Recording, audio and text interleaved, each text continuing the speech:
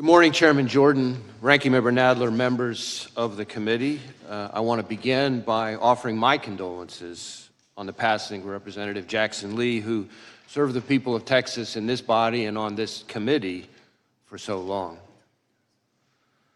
Thank you all for your support of our efforts to protect the American people and uphold the Constitution. I am proud to be here today representing the 38,000 special agents, intelligence analysts, and professional staff who make up the FBI, men and women who every day work relentlessly to counter the most complex threat environment I've seen in my tenure as FBI director, maybe in my entire career in law enforcement. Before I go any further, I also want to acknowledge and offer my deepest condolences to the victims of the horrific assassination attempt in Butler County, to the friends and family of Corey Comparator, who by all accounts lost his life protecting others from danger, to the other victims, two of whom were critically wounded, and of course, to President Trump, former President Trump and his family. As I've said from the beginning, the attempted assassination of the former president was an attack on our democracy and our democratic process, and we will not and do not tolerate political violence of any kind, especially a despicable account of this magnitude. And I want to assure you and the American people that the men and women of the FBI will continue to work tirelessly to get to the bottom of what happened. We are bringing all the resources of the FBI to bear, both criminal and national security. Now, there's a whole lot of work underway and still a lot of work to do, and our understanding of what happened and why will continue to evolve, but we're going to leave no stone unturned. The shooter may be deceased, but the FBI's investigation is very much ongoing. To that point, I also want to acknowledge that I recognize both the congressional and the public interest in this case and the importance of this investigation to the American people. And I understand there are a lot of open questions. So while the investigation is very much ongoing and our assessments of the shooter and his actions continue to evolve, my hope here today is to do my best to provide you with all the information I can, given where we are at this point. I have been saying for some time now that we are living in an elevated threat environment. And tragically, the Butler County assassination attempt is another example, a particularly heinous and very public one, of what I've been talking about. But it also reinforces our need at the FBI and our ongoing commitment to stay focused on the threats, on the mission, and on the people we do the work with and the people we do the work for. Every day, all across this country and indeed around the world, the men and women of the FBI are doing just that, working around the clock to counter the threats we face.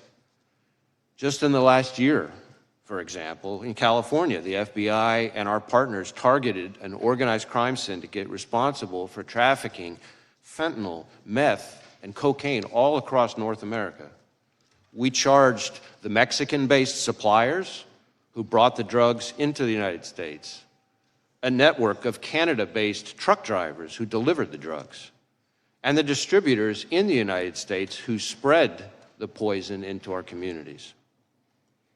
Staying on threats emanating from the border, I have warned for some time now about the threat that foreign terrorists may seek to exploit our southwest border or some other port of entry to advance a plot against Americans.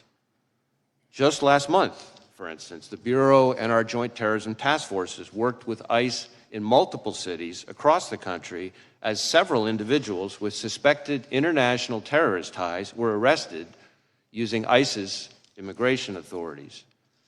Leading up to those arrests, hundreds of FBI employees dedicated countless hours to understand the threat and identify additional individuals of concern.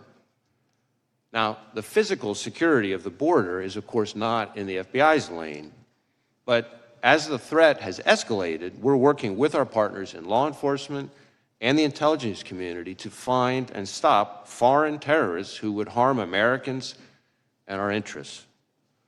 As concerning as the known or suspected terrorists encountered at the border are, perhaps even more concerning are those we do not yet know about because they provided fake documents or because we didn't have information connecting them to terrorism at the time they arrived in the United States. Staying ahead of today's threats demands that we work together. And for the FBI, that means doubling down on our partnerships, especially with state and local law enforcement. Whether it's working through our hundreds of joint terrorism task forces, to build out source networks to identify those who slip through the cracks, or targeting the worst of the worst responsible for the violence that still plagues far too many communities through our Safe Streets task forces, or taking the fight to the cartels responsible for trafficking the dangerous drugs like fentanyl, pouring into our country and claiming countless American lives.